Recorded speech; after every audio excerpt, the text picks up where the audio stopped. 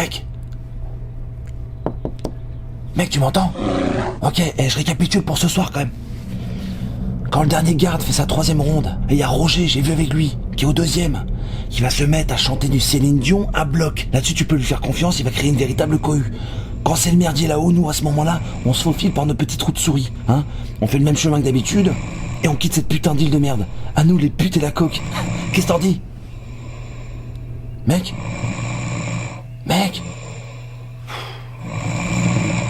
On n'est pas rendu, je te le dis. Salut tout le monde et bienvenue à Academy, j'espère que ça roule pour vous, moi ça va super. Aujourd'hui dans ce nouvel épisode de la case de trop, je vais vous parler de Franckly, l'après Alcatraz. Et vu que je suis un énorme fan des Doggy Bags et du label 619 en général, le simple fait d'avoir vu le nom des artistes m'a tout simplement suffi pour passer à l'achat. Ne me juge pas mon pote, on est tous pareils, on a tous nos faiblesses. C'est parti.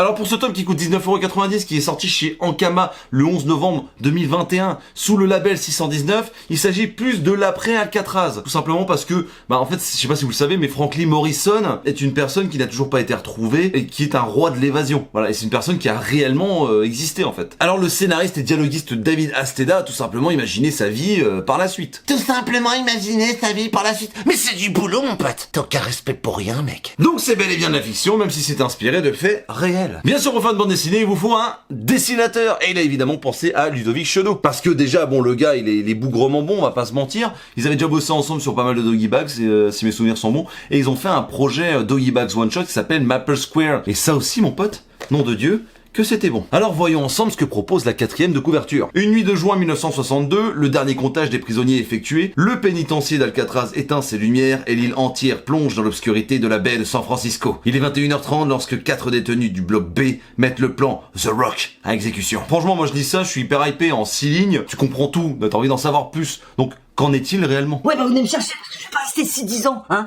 La porte et la fenêtre sont fermées, hein. Il a un système de sécurité incroyable. Il manquait plus qu'il y ait des putains de caméras. Ah, les moins. Encore une fois, même si le titre c'est Franckly l'après Alcatraz, en fait, je trouve que le plat verso nous vend quelque chose qui n'est pas vraiment dans l'œuvre. Je veux dire par là que oui, on va nous parler de l'évasion, et d'ailleurs c'est très bien amené à ce moment-là. Ils ont fait un gros travail jusqu'à même aller visiter les cellules d'Alcatraz pour être au plus près du réel. Mais ça ne va pas être le cœur du sujet. Si vous vous attendez à frissonner en assistant à une évasion au sein même d'Alcatraz, passez votre chemin, parce que très clairement, c'est pas du tout ce qu'on va vous servir. Et moi, ça m'a surpris. En bien, mais ça m'a surpris. J'ai chaud, j'enlève ma veste. Ensuite, j'ai trouvé le travail de la couleur très intéressant, mais parfois trop saturé, parfois trop coloré. Alors en très grande partie, c'est très bon, hein, je dirais même que c'est excellent. Mais parfois, les couleurs tranchent trop et ça perd de son charme, du moins c'est mon avis. Ensuite, moi je l'ai relevé, hein, je sais pas si c'est un défaut ou quoi, mais bref, c'est sûrement le style artistique, le style graphique de Cheneau, mais des fois les personnages ils ont pas de bouche, tu vois. Ils ont même pas de traits au niveau de la bouche. Voilà, juste j'ai pas d'argument en fait, juste ça me fout une angoisse, ça me stresse à un point. Je me dis mais comment ils font pour boire de la bière? Mais quelle horreur. Et pour finir, parce qu'il y a quand même pas grand chose à dire, on va pas se mentir, à un moment je trouvais qu'il y avait un petit ventre mou. Alors c'est pas vraiment un ventre mou, c'est j'ai l'impression que la cadence ralentit. Alors c'est peut-être fait exprès, hein, parce que il y a aussi ce côté tranche de vie très contemplatif, on se laisse juste le temps pour vivre, mais j'ai trouvé ça assez surprenant. Ouais, j'étais surpris, ouais, pourquoi? J'ai pas le droit, c'est ça? Sache que sous ce tas de muscles, hein, il y a un petit cœur qui bat. Nous ne sommes pas des robots Sébastien, mais des êtres vivants. Ouais, là on est en train de déménager un mec qui se fait appeler la cave du mix, enfin bref. Ils pensent que c'est un déménagement.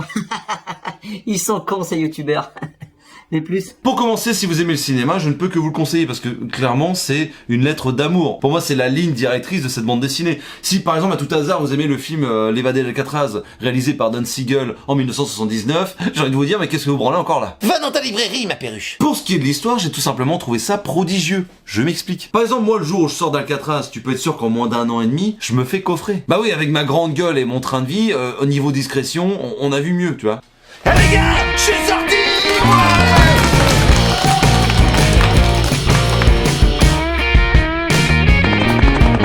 Mais Franckly, lui, il se la joue finot. Une fois qu'il tombe sur les bonnes personnes, il se range le mec. Et c'est là que c'est fort, parce que réussir à nous tenir en haleine pendant toute l'histoire, vraiment j'ai jamais décroché quoi, avec des histoires de... Il y a pas que ça évidemment, il y a aussi du suspense et compagnie, mais il y a beaucoup de tranches de vie, ça c'est fort. Où il y a de l'émotion, il y a de la violence, et puis je vais pas vous mentir, il y a une fin qui est totalement haletante. En parlant de l'histoire, j'ai trouvé les dialogues totalement intéressants et j'irai même plus loin. La plume d'Asteda m'a scotché. Et je me permets de dire ça parce que c'est très consistant. Ensuite, il y a de nombreux clins d'œil avec l'époque qui marchent très bien et une fois de plus, la fiction s'inscrit totalement dans le réel. Sur ce point-là, ça m'a un petit peu fait penser à Forrest Gump. La Booba Gump, mon pote. Pour ce qui est du dessin, j'ai totalement pris mon pied, on va pas se mentir. Et d'ailleurs, je suis désolé de vous le dire, mais non, enfin, je suis pas vraiment désolé de vous le dire. D'ailleurs, je dis ce que je veux, je suis chez moi, mon gars. Mais ça m'a fait énormément penser à du Mathieu Bablet. Et crois-moi, c'est un putain de compliment, ma gueule. Pour moi, c'est un dessin que j'adore. C'est un dessin très spécifique, très personnel, en fait. Parfois disproportionné à en juger par rapport aux yeux de biche. Vous voyez, c'est vraiment ce genre de détails qui font qu'il y a vraiment une vraie patte. Et c'est pour ça que ça m'a fait penser à du Mathieu Bablet, tu vois. Bah, la patte de Ludovic Chenot est tellement spécifique et colle tellement bien à l'histoire que maintenant qu'on a lu l'histoire avec ce genre de dessin, en fait, c'est plus du tout dissociable. Et ça, je trouve ça génial. Et j'ai le sentiment que son trait, qui est très doux en général, en fait, peut s'endurcir à tout moment. Cette nuance-là nous apporte clairement un ton naturel.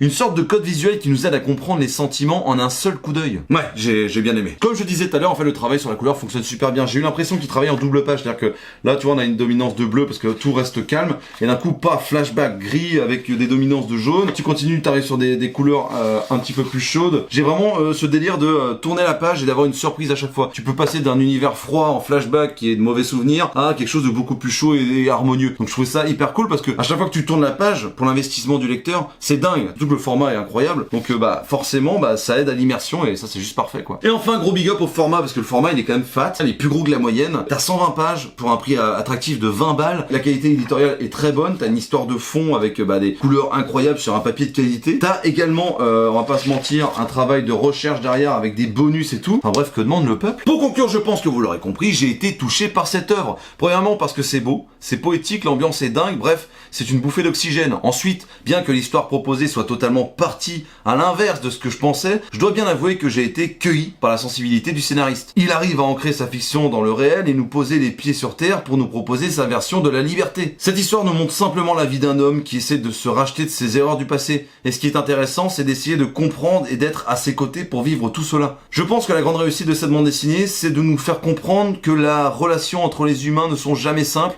et que le poids du passé peut nous empêcher d'avancer. Alors non, ce n'est pas une bande dessinée de cavale ou de chasse à l'homme, même si j'ai beaucoup aimé les planches qui le traitent. Ici, nous restons au contact des sentiments comme l'amour, la haine, le pardon, la peur ou encore la colère. Et croyez-moi, vous ne pouviez pas rêver mieux. Rajoutez à cela un scénario qui n'a que très peu de défauts à mon sens et une fin digne de ce nom. Et bim, mon pote! Ton petit Franklin, il a pris un 4 as. Qu'est-ce qu'il y a? Autant dire que ça va directement aller dans un carton de déménagement royal du Mins. Merci d'avoir regardé cette vidéo jusqu'au bout. Si t'as kiffé, lâche un like et abonne-toi. En fait, on est 57% à regarder des vidéos sans vous abonner. Mais abonnez-vous, nom de Dieu, c'est quoi le problème là? T'as déjà vu une pub sur la cave du Mins? T'as déjà vu une putain de pub dans la cave du Mins? Non, parce qu'il y en a pas, mon gars. Je ne me rémunère pas pour ce que je suis en train de te faire là. Alors j'essaie de me calmer, mais t'as toi aussi de mettre un peu du tien.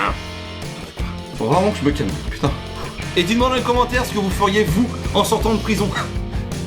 Elle est vraiment pas dingue cette fin de vidéo là. Pendant un moment j'avais arrêté, j'étais devenu un peu plus normal et puis là la folie s'empare de moi. Suis-moi sur Twitter, Insta et TikTok. Sur ce, je vous fais d'énormes bises, prenez soin de vous et à très bientôt dans la cave.